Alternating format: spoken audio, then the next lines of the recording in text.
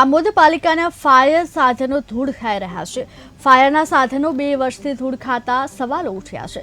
કોઈ મોટી દુર્ઘટના સર્જાય તો જવાબદાર કોણ? રાજકોટની ગોચારી ઘટના બાદ પણ આ સ્થિતિ છે। ક્યારે તંત્ર આ ઘટના પરથી શીખ લેશે તે સૌથી મોટો સવાલ છે।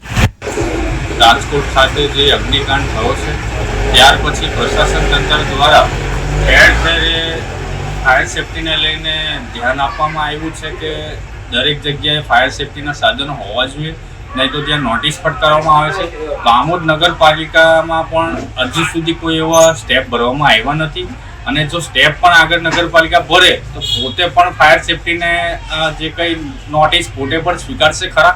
કારણ કે આજ દિન સુધી અહીંયા ફાયર સેફ્ટીના કોઈ સાધનો નગરપાલિકામાં જ અવેલેબલ નથી।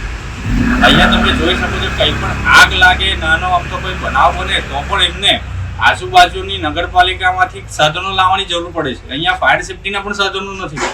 તો પ્રશાસન તંત્રને પણ અમે કહેવા માંગીએ છીએ કે વહેલી તકે પ્રશાસન આ નગરપાલિકામાં સાધનો પણ પૂરા પાડે અને પોતે પણ ફાયર સેફ્ટીના સાધનો રાખે અને પછી બીજા કોઈને નોટિસ આપવાની કોશિશ કરે।